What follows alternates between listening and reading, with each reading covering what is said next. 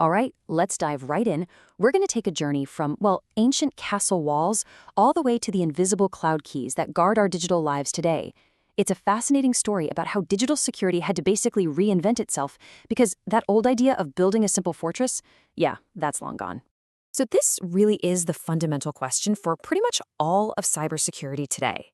For centuries, right, protection was simple. You built a wall, you dug a moat. Easy.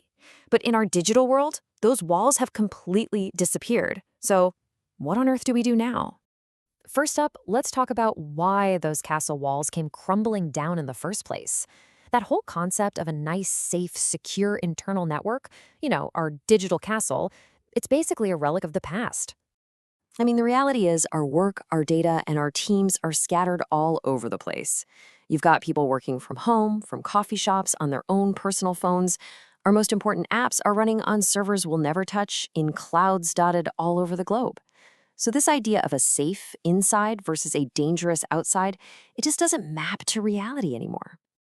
Okay, so if the walls are gone, how did we adapt? Well, it all starts with this really foundational concept that's actually more important today than it's ever been: the principle of least privilege. What's so great about this is how simple it is.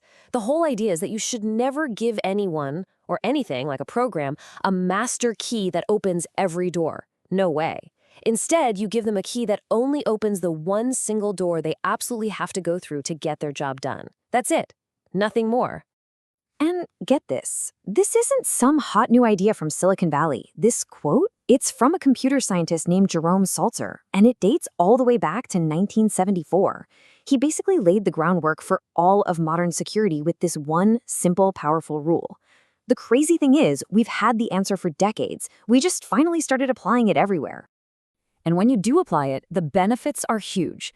By limiting who can go where, you drastically shrink the attack surface. That just means there are way fewer doors for a hacker to even try opening. And if one little corner of your system does get compromised, the damage is contained because that part doesn't have the keys to the entire kingdom. It just makes everything more secure and, believe it or not, a whole lot easier to manage. All right, so the principle sounds great on paper, right? But how does it actually work in the real world? Well, that brings us to how we put it into practice, using things like roles, attributes, and access controls. For a long time, we really had two main ways of doing this. First, there's role-based access control, or RBAC. It's super simple. You're a sales manager, so boom, you get access to the sales database. Easy to get, but it's really rigid. Then you have attribute-based access control, or ABAC. Now, this is way more powerful. It looks at the context. Are you logging in during work hours? Are you using a company laptop? Are you on a trusted network? It's incredibly flexible, but man, can it get complicated fast. So what did some clever researchers do?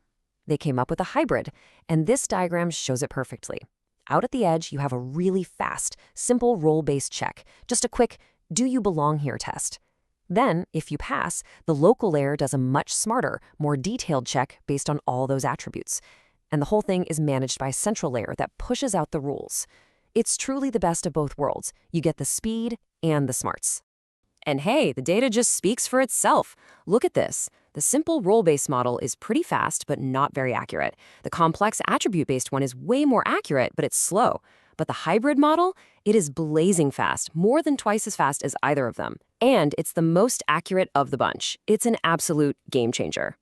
So you see this whole evolution, right? We started with collapsing castle walls, moved to the principle of least privilege, and then built these awesome hybrid access models. And all of that leads us right here to the single biggest security philosophy of our time: zero trust. And I want to be clear, this is not just some corporate buzzword. This is a formal architecture spelled out by the U.S. National Institute of Standards and Technology. That's NIST. This is the official blueprint for how modern, secure systems are supposed to be built. So what is it really? Zero trust basically says we're done trusting people just because they're physically inside our network. Forget the perimeter. Instead, our defenses have to wrap tightly around every single user, every device, and every little piece of data, no matter where it is. If you only remember one thing from all this, let it be this. The entire complex, formal architecture all boils down to this one powerful mantra. It assumes every single request to access anything is a potential threat until it is proven to be safe. Every single time. And here's how that philosophy actually gets put into action. Access is never a permanent thing. It's granted one session at a time. It's not just about who you are, but also about how healthy and secure your device is at that exact moment. Every conversation is encrypted. It's this continuous, dynamic, ongoing process of verification, not just a one-time check at the front gate. So we've gone from building these massive walls to just assuming we're already surrounded. We went from trusting people by default to verifying everything by default. And this shift, it forces us to ask a much, much bigger question about what trust even means in our digital world. So let's just recap the whole journey in a few seconds. It started with a core principle way back in the 70s. Then came the simple but kind of clunky models of the 90s. Then we got smarter systems in the 2010s. And it all led to today's zero-trust world where trust isn't given, it has to be earned, constantly, with every single click. And that leaves us with a final thought, a kind of puzzle. Look, zero trust is an absolute technical necessity for security today, but it also creates this really fascinating challenge for all of us. In a digital world that is literally designed around the principle of never trust, how do we build the fast, open, and collaborative systems that we all need to innovate and just get work done? That's the big question we're all trying to figure out now. Thanks for watching.